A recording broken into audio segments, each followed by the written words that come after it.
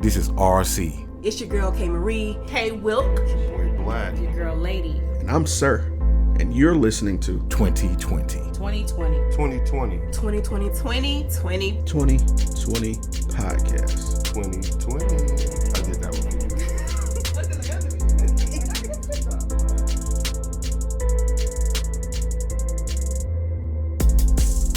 Thank you for tuning in to another episode of the Business Minute. I'm your host, Sirr, and today I have a special guest, the director of the Ministry of Drama from Breath of Life Christian Church, Miss Chantelle McKinney. How are you today? I'm great. How are you? I'm doing great. Thank you for asking. And Miss Chantelle, if you could, just tell everyone what it is that you do. Like you said, I am over the drama ministry at Breath of Life Christian Church. This is a new ministry, so we're kicking off doing our first stage play this Friday night at 6:30 at our church location, which is 3767 Professional Parkway.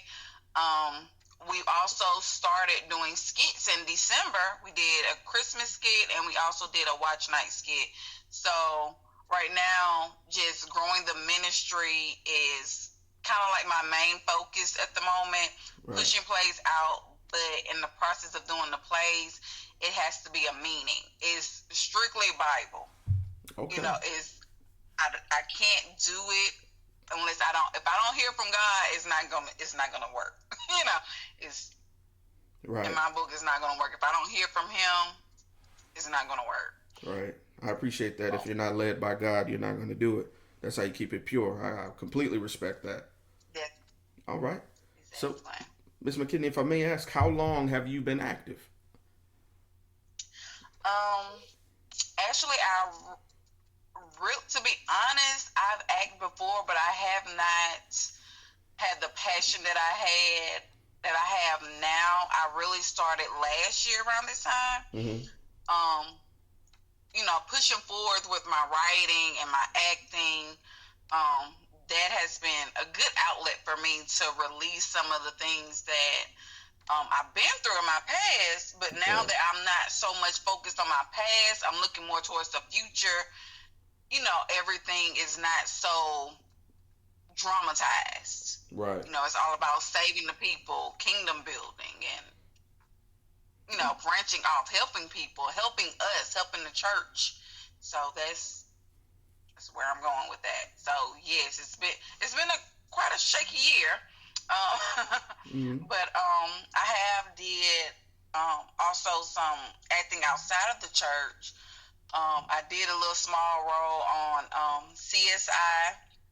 I'm still getting offers to do roles for this month actually. So pray to God that I get that. All right. So you know, it's a lot going on. Okay. It's a lot. All right. And that leads me to one of my favorite questions in the interview process is what inspired you to start acting?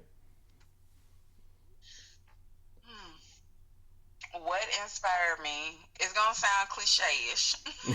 It's okay. But when you've been, you know, just down and out and depressed, shall I say. I'm going to say depressed because that's where I was. I was in a depressive state, suicidal, I didn't have an outlet. So I was literally holding everything in. And a friend of mine, Kevin Lavelle, he's actually we're all part of a group actually that I'm in, Socially Awkward.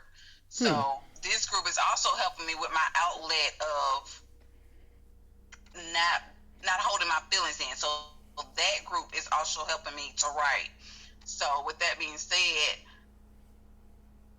with me being depressed and in a suicidal state, not knowing which end I'm going to come out of, being in my bed for days, like literally for days, and not realizing that something is wrong with me. My friend sat me down and told me I need to write. And the moment I started writing, it was just like a release. It was like, that's what I needed. I needed to put it all down on paper. Once I started writing, then the skit came. Then once after the skits came, then the play came. So it's just an outlet of feelings and emotions. I have a lot of skits that I've wrote, but I have not produced because I wrote them in a season of hurt and pain. So, but now that I'm in a different place, I can get those skits and revamp them in a more spiritual way. Right. And put them in the church. Or I can put them with my group Socially Awkward and make it funny. Instead of hurtful, I can make it funny because church gives me my outlet to reach God and reach heaven and give God and Jesus the worship and the praise that they ultimately deserve. But Socially Awkwards give me that release to where I can relax and just be funny. Right. Be myself. Be the normal, goofy person that don't nobody get to see every day. All right. Yeah. So it's been a great transition, I must say. This past year has been a lot of ups and downs, but it has been a great transition. Okay, and I'm glad you stated that last bit because that's part of my next question. What obstacles did you encounter along the way, to come this far? Oh Lord, a lot of hurts. I never realized once you start walking in your purpose and in your promise, when you start walking the road of wanting to do right and pleasing God and want to do His work, that's when it seems like everything that can possibly be thrown at you, all the pain, all the hurt, backbiting, everything gets thrown at you. And at that moment, you have to stop and realize, okay, I've been here before. I can't do what I did last time, because last time when I did it like this, I was depressed, I was hurt, I was in the bed for days, just didn't do nothing. I was ready to go take my life. But now it's different. I'm walking in my purpose and in my promise, but in a spiritual way. So everything that I'm going through now, my walk is different from how I was months ago. Right. So the obstacles are different only because of how I changed my mindset and my thought. I was either going to walk by faith, trust on God, or I was going to trust Him but not have the faith that He can make me come out of what I've been through already. Right. So I had to change my mindset. Okay, I respect that. All right. And now my next question has to play with something we were talking about before we got started, and that's being a person who wears many hats. Also, being a parent, doing things in the church, and also, being an actress. How do you manage to find that balance between work and your personal life? Oh, that's, you know what? It's difficult, but like I said, with faith, it works. All right. I don't worry about what if I'm not there for an event, that she has, or right now my daughter is sick, but I still have to put on my leadership hat, and I still have work that has to be done. So I can be mommy, but still handle business. I can be mommy and still make sure people, the actors and actresses that I have in my play, make sure that they have everything that they need. If they need anything, make sure they're covered. Right. But also take care of her. And also have time for myself, because in that space, you have to have time for yourself to keep your mind at ease. So you have to have that hour, at least an hour. Some people take 30 minutes, but I'll say an hour. For me, I need an hour of time out the day where it's just me and God, and I just hear Him and we talk. Right. Even though He knows everything that's going on, but still I've been wanting to talk because I'm a talker. So. All right. No, I definitely understand that. That, like you said, that meditation time is crucial. It realigns the vision, should I say. Okay. All right. So next, this is a question that if you need a moment to think about it, I completely understand, because this one is a little bit of a tough one. Over your years of experiences, which one experience do you find to be the most memorable of all?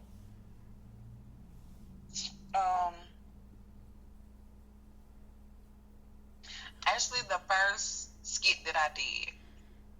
I'm gonna tell you why it was the most memorable because I actually wrote on a situation that happened between me and a guy that I was talking to. You know, the situation didn't end good, but I switched it. And I made it more relevant towards married couples. Even though we were both single, I made it more towards married couples. I don't know why. And I made it more towards married couples. And the emotion that I had, I wasn't emotional before I started the skit. But the moment I got on stage, it was different. And my character, I was like, I need to cry at the end. I was like, I don't know if I'm going to be able to cry the whole time at rehearsing it. When I got on the stage, I cried at the end. I gave the emotion that I was seeming for. Right. And I was proud of myself for that. But the reason why I say it's the most memorable, because a lady in the audience said, oh my God, that is the exact same thing that's going on in my house right now. And I was like, I didn't know then at that moment that God was literally using me to minister to other people. Right. But I can think back to that moment. That, to me, that was the most memorable one because it was my first. And for a person in the audience that does not know me, won't know me from Adam, and I haven't seen that person since, but she was going through the exact same thing in her household that I was presenting out to them. And I was just like, oh God, okay. Right. Okay. Now, for every high, as I like to say, there's a low. So at any point during this, during this journey you've been on, did you feel that you wouldn't be successful? And if so, who or what changed your mind? Honestly, recently. The play that's going on this Friday is called Welcome to Hell. I started writing this the day after, 2 days after watch night. I got the idea in December before watch night, but I didn't start focusing on it until after watch night. So I've been writing it. And I was literally like, ooh, I don't think this is gonna happen. I can't do this. I can't. And a prophetess came up to me, and we're good friends, but I did not talk to her about everything. Mm-hmm. It's some stuff I just keep to myself. And I talked to God with, and she literally looked me in my face and said, you know what you're doing. God has talked to you. Stop. She literally looked me in my face and said, stop, because you're not walking by faith. If you walk by faith, everything else will fall in line. You worrying about too much. Just stop, listen, and focus, and walk by faith. You have a guard up. Let that guard down and move by faith. And I promise you, the moment I did that, everything has been falling in place. I don't worry about anything. So this play has literally pushed me to my faith level.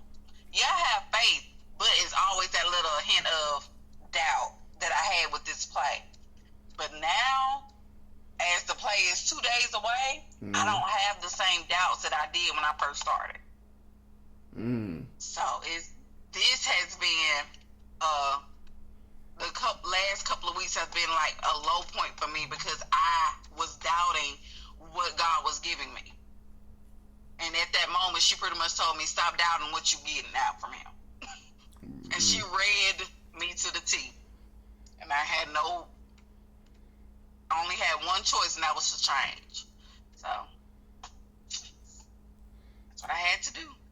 I can't ask God for something and expect for it to come easy. Right. Like, it doesn't work that way. It sounds great, but no. All right. Well, He you're doesn't right. operate like that. Okay. All right. I like that answer. So that leads me to my long-term question. So where would you like to see yourself as an actress as a parent, or, just further on into ventures that you may not have considered yet? Where would you like to see yourself in 1 year, 3 years, and in 10 years? In 1 year, I want to travel with a lot of my plays. I want my plays to be so meaningful, and people get and understand the message that is being given to them, that they want me to come and bring the plays to their churches. Travel in a year. That's where I see myself traveling. Okay. 3 years. 3 years. I want to actually be more fluent with writing for like a show. I don't know what show, but I see myself in like New York or California writing for a show. Okay. A movie, just that adventure, but still doing what I'm doing, but writing, like people finding me to write for their shows, to write for their plays. Just that's where I see myself. People finding me. Like I won't have to go and do the searching. They search for me. They'll find me. All right. 10 years. 10 years. Hopefully, we're gonna pray that my husband comes within a year. And have a family and still writing and doing plays and skits and ministering to people, still doing what I love and I know I'm called to do, and that's speak life into other people, not just myself, but everybody. It's always something for somebody. Right. I'm going through stuff for the next person. It might seem horrible, but clearly, God, okay, I'm going through this because you want me to tell so-and-so not to do this. So right. I'm just going along with the process. So in 10 years, I want to be established more through God's eyes, that I did him justice. I did what he told me to do. I heard his voice and I did it. Right. No matter how it hurt or stung. All right. I love it. We're glorifying him. All right. When you dedicate it back to him, that's the best form of praise. All right. And my last question, and this is dedicated to the people that are out there who will listen to this interview and this podcast and just have been in your shoes and have been scared to take that leap of faith, going all in for themselves. What words of encouragement would you have for that person who's just starting? Have faith. I mean, it's scary. You can't, it's scary. Trust and believe me, it's scary. It might seem like the walls are closing in. Everything around you is just, it seems like everything you touch or everything you come across is just bad, it's negative. You don't see this acting going on. You don't see the writing going anywhere. But I promise you, if you just trust and have faith and just walk and do what you hear him do. Now, just remember, there are two voices that's talking to you. There's Satan on one side and God on the other side. But you have to be mindful of where you want to go. God's voice is very faint, and he's not going to repeat himself. He's going to tell you one time to do something. Right. And when you hear that voice, do it. Have the faith. Faith is hard. Trust and believe me. Having total faith in something you don't see is the ultimate prize in my book. Because you're giving all your fears. Fear will damage everything. If you walk by fear, if you walk by sight and fear, you're going to go nowhere. Fear takes you nowhere. You have to walk by faith. Have faith in what you believe in your business is. If it's acting, have faith that you're going to make it. But put in the work. If you're writing, have faith. Put in the work. But have faith that you putting in the work, doing your best, and you're going to get noticed. Have faith. If you want to do hair, have faith. Put in the work. Have faith. You have to. Faith without works is dead. He gives it to us every day. Faith without works is dead. Right. Remember that. Faith without works is dead. That's all I can say. And trying to live by that is everything. All right. Well, Faith without works is dead. I'm going to take that as my message of the day. I appreciate that. All right. So, Ms. Chantelle, if you could, just in case someone wanted to get in contact with you, or if they had any questions, how could they get in contact with you? Well, through Facebook. Anytime through Messenger on Facebook. My name is Chantelle McKinney on Facebook. My email address is Chantelle, CHANTELLE .McKinney, MCKINNEY 2009 @gmail.com. My phone number is 251-366-2378. But the quickest way and the easiest way to get me, because I answer them a lot, is my email. Email and Facebook. Because I hear those first. Because those, I don't know why, hear those first. But my phone, I don't like to miss messages. So if you send me a message through Messenger or Facebook, I can answer it. Phone calls, I might miss. Right. Because I am constantly doing something. So I can't answer the phone all the time. But those are the best ways to get in touch with me. All right. Well, Ms. Chantelle, it's been a pleasure. I really appreciate you taking time out your day. I know there's been a hectic last couple of days before the play. Welcome to hell this weekend, this Friday. We will definitely be there, 2020 podcast ourselves in support, and we look forward to seeing you. All right. Thank you. No, thank you.